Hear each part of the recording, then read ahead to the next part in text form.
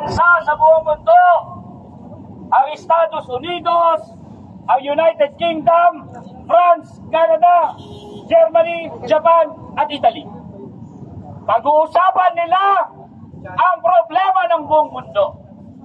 Pag-uusapan nila dahil inappoint nila ang kanilang mga sarili bilang tagasumpa ng problema daw ng buong mundo.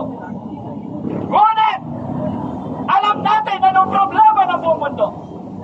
Ang problema ng buong mundo, kapag hindi tayo umabot sa limitasyon ng daigdig sa pag-init sa 1.5 degrees, hindi tayo lumagpas doon. Alam na natin ang mangyayari sa mundo. Hindi na maging tulad ng dati ang ating mundo. Sobrang pag-init, magkakaroon ng mga bagyo, tagtuyot, hindi na natin mapapakain ang ating sarili, masisira ang agrikultura, masisira ang mga karagatan, magkakaroon ng pagkakaiba-iba ng mga klima sa iba't ibang daigdig. Alam na natin na nangyayari sa Pilipinas ay sobrang pag-init. Ang Pilipinas na isang tropical country na dapat umuulan, parang naging disyerto. Ang UAE na disyerto, parang naging maulan na bansa. Magiging iba na ang mundo na hindi na ito makakasustine ng buhay mismo ng sangkatauhan. Yan ang problema ng buong mundo. At idagdag mo pa ang mga nababantang mga gyera sa iba't ibang dako ng mundo. Pinag-uusapan na nila ang World War III.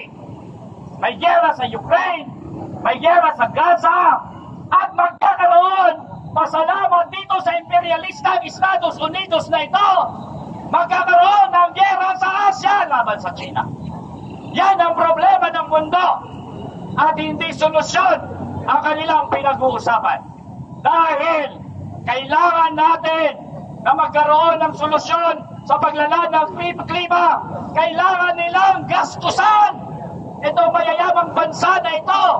Kailangan nilang gastusan ang pagpalit natin ng sistema ng enerhiya mula sa maduming fossil fuel. Kailangan natin ng renewable energy dahil 70% ng paglala ng ating greenhouse gas emissions ay galing sa enerhiya. At hindi kailangan mag-isipan ng matindi ang solusyon dito.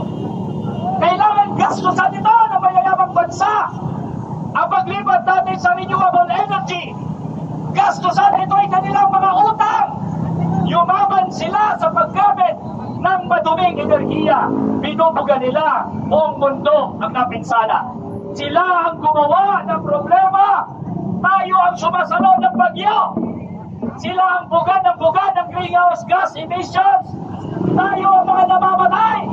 Dahil sa Yolanda, dahil sa Undoy. Yumaman sila sa pagpinsala sa atin. Kaya ito'y utang nila sa atin. Yung yaman na kinuha nila sa paninira ng kalikasan, dapat nila ngayong bayaran. Ngunit saan ba nila nilalaan ngayon ang pera? Sa G7 summit sa Italy, ang pag-uusapan nila, $300 billion para suportahan ang gyera sa Ukraine. Gyera ang paglalaanan ng pera.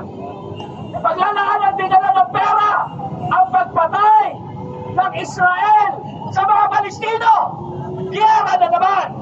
At huwag natin kalilimutan, ang pinakamatindi, ang main act ng gyera ito, ng lahat ng gyera na sinasabi nila magiging World War III, ay nandito sa Asia, kung saan ang Estados Unidos ay naglalagak na naman ng bilyong-bilyong dolyares para sa pakipagdigma sa China. Hindi gyera ang aming kailangan. Justisyang pangklima ang aming kailangan. In fact, hindi namin kailangan kayo, G7, na magdesisyon para sa amin.